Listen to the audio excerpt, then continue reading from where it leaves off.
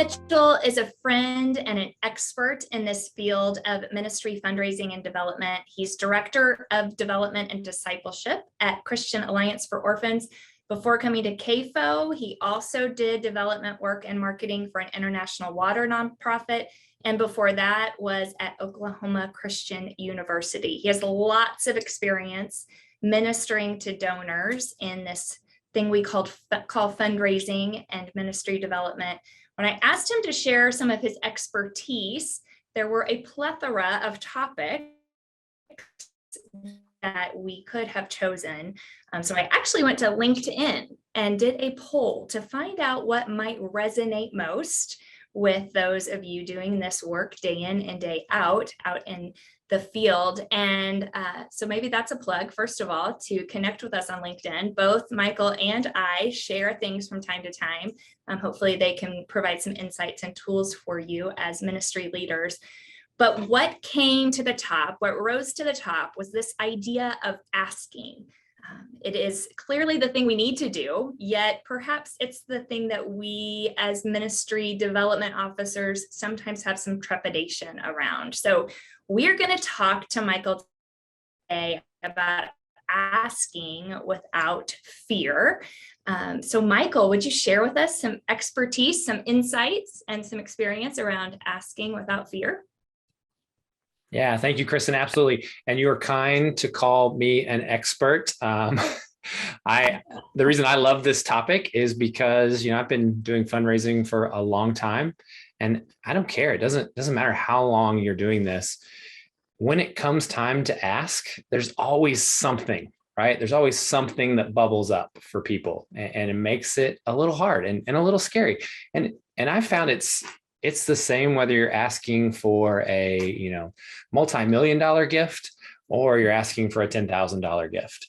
And the people I coach at CAFO and the organizations they serve, this is a common thing. Like, we all struggle with this. And I think there's a couple of reasons. One, people think of fundraising and they think, oh, you're just always asking people for money. But those of us who are in it know that so much of fundraising is all the stuff you do leading up relationally to asking somebody, and all the things you do after somebody says yes.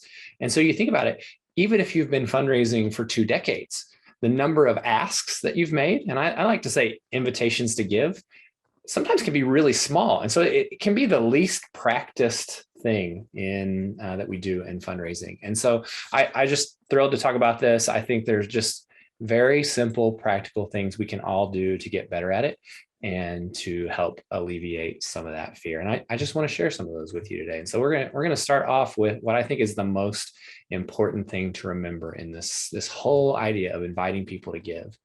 And it's just knowing your belovedness. And what do I mean by that, right? So a couple of things. One, like, God is abundant. I think we just need to start from there. He owns the cattle on 1,000 hills. And nothing is impossible. He can meet the need of every last ministry that has an account at the signatory, every last ministry that I work with. He can do it all at once if he wants to. And he wants to let us participate in that. He loves us. He's called us to that work because he knows it has the potential to grow our faith. And I think sometimes we get so wrapped around the axle thinking like it's all on us and we have to strive and we have to do this. And we forget that we're beloved children of a king. And he's been working in our hearts the same way he's working in givers' hearts. And we just have to remember that we intersect them at a time in their life where they are, probably struggling to rest in their belovedness as well. And when we start from just that place that, God is abundant, nothing is impossible, and that he loves us, I think that takes so much of the fear out of the equation. And so that's the first thing I want to start with. The other thing I want to start with is just getting comfortable with generosity. Generosity is fun. I think sometimes we are afraid of asking because we're caught up on this idea. It's like, oh, it's so painful. I'm asking them to do something that they don't want to do. And it's painful. No, it's painful for you. It's painful for you to ask, and sometimes you make it painful for the giver, but people love to give, and giving is good for them, right? Like, you're inviting them to make a difference. You're asking them to help create beauty and goodness in the world, to save lives, to transform lives, to feed the hungry, to care for the fatherless, to quench the thirst of the thirsty. Like you're inviting them to do something that makes everybody's lives better, their lives better. Giving is good for them. I once had somebody tell me that giving is like the equivalent of eating ice cream that is as good for you as broccoli, right? Or could you eat broccoli that tasted as good as ice cream? And like that's giving. It's fun, it's enjoyable, and it's good for us. And I think we have to remember that. And so what we're doing when we ask somebody to give is we're just giving them the opportunity to be generous, and it's fun. And so know generosity. If you're not generous yourself, like that's a gut check for you. Go out and make some gifts and have that experience, and you'll learn some of the things that are fun about it. And you'll also probably learn some of the things that sometimes aren't as fun about it, but that's going to increase your perspective and put you in the shoes of the people that you're talking to as well. I think that's so important. The next thing, talking about why is kind of it's been in for years, thanks to our friend Simon Sinek. But I often think we don't pause to really remember our own why. Why did we get into this? Why aren't you doing something else? Like we could all be doing something else vocationally, but we got into this work with the cause that we serve, working with givers for a very specific reason. What difference are you trying to make? And I think we have to remember that. And we have to remind ourselves of that, because it's really easy to get caught up in the day-to-day and in trying to get the meeting and what we're trying to accomplish. And we forget why we got into this in the first place, the impact that we were hoping to have. And then I want us to ask, is our why bigger than our fear of asking? And usually it is. And when you ask that question of yourself, you'd be amazed at what can happen. It's like, you know what? Yes, I got in this because I wanted to change the lives of kids and families. And if that means I have to experience a little discomfort, a little fear, so that their lives can be better, like I can do that. That's easy. Yes, let's do that. And so know your why. So know your belovedness, know generosity, and know your why. And those are really introspective things. I've got some more practical things. I'll just stop there, see if you want to add anything to any of that, Kristen, and then if not, we can move on. But if so, I'd love to hear your thoughts.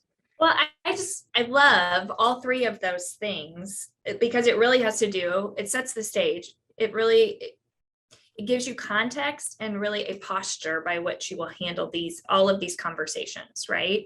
So it gives you a place of confidence when you know your belovedness, you remember whose you are and that he can provide for you.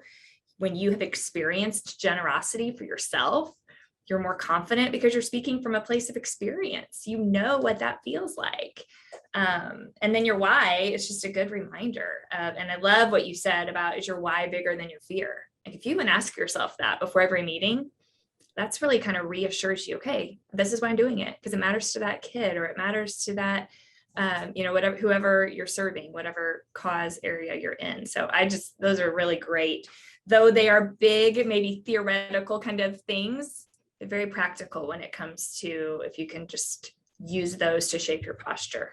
Love it. Yeah, absolutely. And their mindset, right? And we have, there's skill sets and there's mindsets. And I think if our mindset's not right, all the skill in the world is probably not going to help us. And so, yeah. So good. And then one more thing just connected to why that I was reminded of listening to you. I had a mentor who used to talk about, okay, in this room with us when we have team meetings, like always leave an empty chair, and that's the giver's chair. You want to always, in every conversation, let their perspective be represented. I think we can do that same thing when we go out and meet with givers, is just to imagine that one of the people that we serve is there with us in the room. And I think on the one hand, if your mind isn't in the right place, that could create more pressure. And on the other hand, it's like, oh, wow, like I'm bringing them along to be a part of this so they can see this person's generosity and the care that they have for them. So that's just another practical thing you can remember. Like, okay, I want to imagine that person that we're going to serve together is here in the room with me today. So can I just add one thing to that, Michael? Yeah, absolutely. So what I love about that visual is we talk a lot about in fundraising, connecting the donor with the ministry impact. If you can visually see that at the coffee shop table, then I am connecting this orphan or this unborn child or this hurting family with this donor. That's just a fun connect. That gives you this posture of kind of privilege and excitement that you get to help make this connection. So it's a great visual. Good job. It's special, and it's an honor, and it's a sacred thing. And I think that's important. And when you go into that conversation and that person is with you in your mind, like that person has a problem, right? There's something that's wrong. And so I think we have to remember that. We have to know that, really, like, why do we exist? What's happening, right? Where is it happening? What population? This is a thing that's going to be in the mind of most givers, is like, what is the problem that I'm helping solve? And so we need to know our problem, and we need to be able to articulate it clearly and quickly. And I think this is clearly is not so much a problem, though I've seen people ramble. Quickly is hard. We know so much about the problem. I could tell you all the challenges that vulnerable children face in this country today, kids in the foster care system. And I could talk at length for that. However, I need to get that point across quickly. I don't need to tell you everything. I just need to tell you enough to begin to make that problem real for you. And so if we haven't spent time really not just understanding and knowing our problem, but understanding how we articulate it clearly and quickly, we're going to struggle asking. We're going to have fear. And so the goal here is, as you know your problem, you're looking for alignment, right? Does the person you're talking to, do they think this is a problem as well, right? And so and I'm not telling you like you go in and you just start by saying the problem. I'm not telling you tell them your problem. I'm just telling you understand your problem. And some of this is you do this prep work so that when you get in these settings, it just comes out. And it's not so much that you're saying, okay, we're going to go problem, we're going to go vision, we're going to go solution. No, it's like, I know these things so well inside and out. I can talk about them in my sleep. And they can come out. I have another friend that says, prepare like there's no Holy Spirit, and then go into these conversations like you didn't prepare. And I've always thought like, oh, wow, like that's a way to do this. But that's an aside. Know your problem. The next thing I would tell you that's really important is just to understand your vision. Yes, there's a problem that you're trying to solve, but ultimately you're trying to solve that problem so that some version of some reality can come true, right? Like in our world, at CAFO and the organizations we serve, like we're working to hopefully see a day where like all kids know God's unfailing love through the care and support and love of a family. Right? That's our vision. Like we would someday live in a world where like no kid has to experience being without a family. They're all in a family, and they all have experienced God's unfailing love. Know that like this is what happens when our solution goes away. This is the vision, and you're going to have an opportunity to communicate that as you meet with people. And so just know that, get clear on that. The next thing to know and be really, really clear on is your solution. And this is so practical, right? This connects back to that problem and that vision. Is like, what are you doing about the problem that's leading to making your vision become reality? I see people oftentimes, they might know this, but they forget this, right? They think, okay, I need to know our mission. I need to know our vision. Like donors sometimes care about really practical things. Like, how are you doing this? What are the programs? What are the 1, 2, or 3 things that you're doing that are moving the needle on this problem? And if you know that, it's just going to give you more confidence if you can talk about that quickly and clearly with people, and you can say, look, we're doing this, this, and this to solve this problem. And ultimately, when enough of that happens, this is the vision that it's going to lead to. You're going to have more confidence. And so work really hard to know your programs.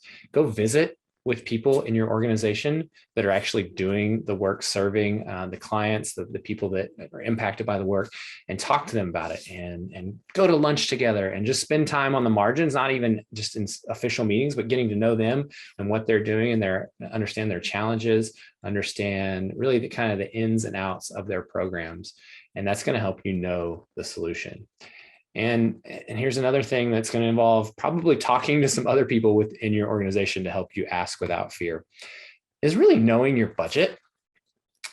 I sometimes joke with people that we treat fundraising a little bit like a restaurant without a menu, right? Imagine going into a restaurant and the waiter just came up and said, "Hey, what would you like for dinner tonight?" Well, can I see a menu? No, we don't have a menu. Like, what do you have? I don't know. Sometimes I think we fundraise like that. We think, it's going to take a lot of work to figure out the cost of our programs, how much it's going to take to pull this off, how much to serve one person. And so we fundraise like, in many ways blind, right? And sometimes we know those things, but it would be like going into a restaurant and looking at a menu with no prices. Like, that's hard. I'm going to order that, but I'm not you get the bill and it's $150 and you ordered, a hamburger. Like, that would be a little jarring experience. It doesn't perfectly apply, but know your budget. How much is it going to take to do this thing that you're inviting this person to be a part of total? How much is it going to cost to just serve one person? How much will it cost to fund one program? As you get into situations and you're sitting with people and you're talking to them and you're inviting them into the work, one of the things that you'll find that's going to happen is a lot of people will say, "Hey, what do you need? How can I help?" And if you don't know this information, it's gonna create some anxiety. You're gonna have some fear in this process that if you just spent some time understanding your budget, we call it monetizing the mission, where you have looked at your mission and all the things you're trying to do, and you've put a dollar figure with them, and so that you can share those when you're asked. And I think we don't spend enough time there. So go, camp out in your CFO's office and say, "Look, I want to understand this. Tell me how I can kind of learn the cost of our programs." Do that work. Next, hey, know your impact. What are the top 2 or 3 meaningful measures of impact you have? The reason I'm going in this particular order of problem, vision, solution, budget, impact, this is kind of the mind and the thought process of a giver when they're considering a gift. Like, is this a problem I care about? Is this a solution that I believe in? Is it cost effective? But then they're also asking, does it work? Can you prove it to me that your solution works? And so we have to know this. We've got to know, okay, what we've got to be measuring. And some of us are really good at measuring. And so, okay, great. If you're not measuring, start, right? Some measurements better than others. Some of us are really good at outcomes. And that is great. Like, the meaningful difference that we're making in the lives of the people we serve. What I tend to find where we struggle with is there's people in the in-between that's like, okay, we're measuring some things, but we're not, there's some outputs that we measure, but they're not quite outcomes. And we don't feel so comfortable with that. We feel like and so we don't share any proof. And I would just say, outcomes, yes, they're better than outputs, but outputs are better than nothing. And so know the impact that you're having, know the impact that they can make when they make a gift. And when you know that, something clicks in your mind that it's like, okay, I believe this works. I've got proof that it works. We've got this impact numbers. We've been measuring this. We know that it works. And so I'm going to ask them to make those things happen, right? It's not even about the gift. It's not even about necessarily the solution. It's the impact that you're inviting people to make happen. But you've got to know the impact before you can invite them to make the impact. 2 more things and then a bonus one. The first is this: know your champions. People talk all the time about fundraising is relationships. It's a relationship work, relationships. Great. How do you do that?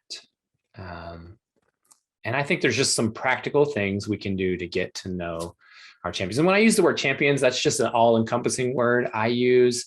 It could mean givers, it could mean volunteers, it could be just anyone who's a champion for your cause. And there's some practical things I think that can help us to ask without fear and know our champions. And the first is going to seem a little counterintuitive, but it's a number that I preach is, if you're not doing this, you'd be trying to have 3 meetings a week with your champions. The best way I know to get to know your champions is to have conversations with them, right? It's not rocket science. And the best way I know to force myself is to have a specified number that I'm going to be trying to aim for every week. And what you'll find is if you can have 3 meetings a week with your champions, you can meet with a lot of people in a given year. And part of the reason we're so uncomfortable with this is, yes, we don't know our champions because we haven't spent time with them, but we're also just out of practice meeting with them. And so put yourself in that situation. If you do everything else wrong and you just have 3 meetings a week with your champions, you're going to get to know them better. And when you get to know them better, you're going to be able to ask them better. And when you can ask them better, you'll ask with less fear. So that's the first part of that.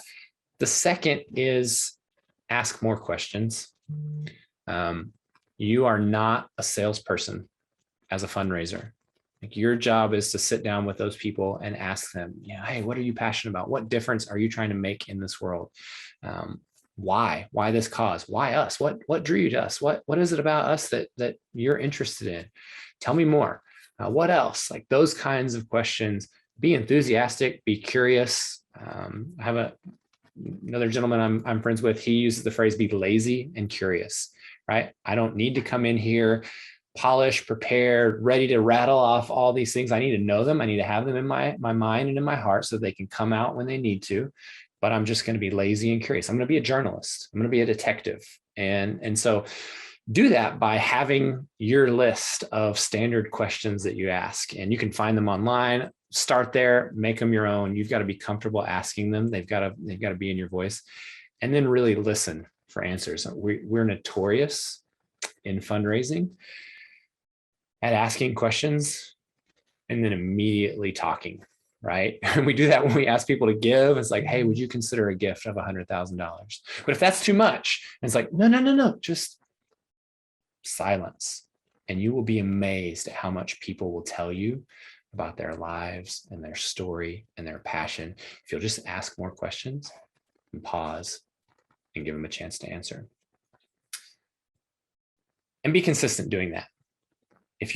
I just promise you that if you take nothing else out of this conversation, if you go out next year and you have 3 meetings a week with your champions, you're going to be able to ask with less fear.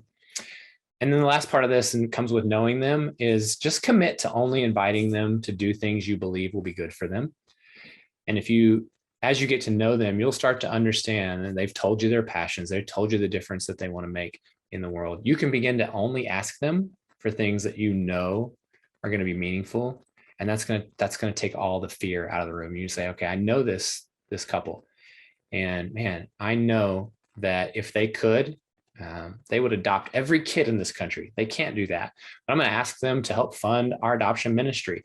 And because I know them, I know that this is going to be something that's going to be good for them. They're going to take a lot of joy in helping make this happen. And so knowing your champion is going to help you ask with a little less fear. And then the last thing before the bonus one is just to know your ask. And I mentioned at the beginning, we spend just way less time actually asking than anything else we do in fundraising. I mean, if you think about it, even if you ask 200 times in a given year, I don't know, if you're asking 200 times face to face, that's a lot of ask for most people that I know. And let's say, each one of those, the ask portion of it takes 10 or 15 seconds. That is not a lot of asking, even though it's a lot of asking. And so we've got to practice this. We've got to understand, when I get to that point, when they say, what do you need? Or, you can't always wait for somebody to say, what do you need? Be ready with the words. And I'm not telling you to go and you got to do role playing with team members and things like that, but practice this stuff. Like, I'm the weirdo that's driving in his car, and I'm practicing these things sometimes. And I recommend a super simple format. I'm not telling you to use this always, but I am telling you, like, most of the time it works and it can be adapted. And that's what I like about it. It has essentially 4 parts. And I just kind of said some of them a minute ago. The first part is, would you consider? Would you consider, right? And there's some, like, you want them to consider it, but you're not putting them on the spot right now. Like, will you give, right? And they may answer a would you consider question with, yeah, I'd love to give. But you're also creating space, right? You're always, like, people are always in these kind of interactions asking themselves, am I okay? Are you okay? And so you're being direct without, creating unnecessary tension, although some tension's not necessarily a bad thing. So would you consider a gift of insert an amount, right? Is it $10,000? Is it $3 million? whatever. Would you consider a gift of $3 million, right? So that's the second part, to do blank, right? So what would that gift do? Maybe you're building a new facility to house people, pregnancy center, right? Maybe you're building a brand new crisis pregnancy center. So, hey, would you consider a gift of $10 million to help build this brand new crisis pregnancy center? And then so that what happens, right? Fill in that so that blank happens. What is that gift going to do, right? Yes, crisis pregnancy center. Yes, I understand the cost, but what difference does that crisis pregnancy center make, right? And so you fill that in with, so that, teen moms who are in crisis and they're trying to figure out what to do, they have a safe place that they can come to and receive support and care and ministry to help them get through this really hard time in their life. Would you consider a gift of $10,000, $1 million to help create this brand new crisis pregnancy center so that teen moms have a place where they can feel safe, loved, and supported, right? That format works every which way you try to shape it, and you can adapt it and you can move pieces around, but it will always work. And even if that's not the framework that you use, I would just encourage you to really think about developing your own asking style. And there's resources out there online that you can participate in that can help you kind of understand your asking style. I've just found that always works. And then here's the bonus, right? Last thing, and then would just love to spend a few minutes visiting with you, Kristen, about any of this. This is the one where it seems obvious, but I can't tell you how many times I have been out on an appointment and I was about to invite somebody to give, and I got my nerves, right? Or I've been with an executive director and we've talked about it, and here's the plan, and this is what we're going to do, and then we're going to invite them to do this, and we don't ask. And, sometimes that's a function of fear. Sometimes it's just like, it didn't feel right. It was going to feel, we're worried about it being uncomfortable. You've got to ask. And this, more than anything else I've shared, will help you get over the fear of asking. Is just getting out there, doing it. The world doesn't end. The world doesn't end when they say no. You're not less of a person when they say no. And in fact, if you've done your job well, you will get told no way less than I think you're still going to get told no, right? But it'll be way less often than I think we sometimes talk ourselves into believing. And so those are just some practical tips on how to ask without fear. I'd love to, talk about anything else that you would add, Kristen, or just have any questions. Well, you know what I think is funny, Michael, when you say, the world's not going to end. Here's the thing, we're working with donors who are already in some ways at least interested in the work that we do. So the worst case scenario is they're going to say, that's not really a good fit for us right now. Yes. They're not going to write you off. They're not going to, shun your ministry. It's not a good fit. And if we're going back to the beginning where we're trusting God as the provider, then, okay, it just wasn't a match. So we're just going to go on to the next person that we want to connect with and communicate with. So hopefully that can also provide, it's not because you did something wrong. It's because God's not moving them to do that at that time. So yeah. I think that's really good. Like, the world's not going to end. Let's play out that worst case scenario. They'll say no, and you'll go on and ask someone else to participate and invite, you said that earlier, invite them to be a part of what God's doing in the ministry. Yeah. And from a real practical place, as you reach out to people to try to have these conversations, we don't have to be sneaky about this. They know what our profession is. And I like to tell people, hey, I want to come and talk to you about an opportunity to give. And I want to be real specific when I set that conversation to tell them, like, that's what I want to come talk to them about. And I will just tell you, if you do that, if you tell people, hey, I want to come and talk to you about an opportunity to give, the very fact that they met with you, it's just a real strong signal that can build your confidence. If people aren't interested in giving right now, that they've got their other passions, right? They're committed somewhere else. Like you said, God has them somewhere else. Like, Okay, they're probably not going to meet with you. It's really easy to tell those of us in nonprofit fundraising, I can't, I'm busy, I can't meet. But if you say, I'd like to come talk to you about an opportunity to give, and they say, yeah, give me a call or come to my office or come meet us at our house. Okay, you are more than halfway home. And I want us to rest in that as well. Here's one other thought about that particular issue or concern, Michael, and I've experienced this on the donor side before. So you hear all the great things that are happening in this ministry or in this organization. And then when the development team or the executive director or the president doesn't ask, there's tension.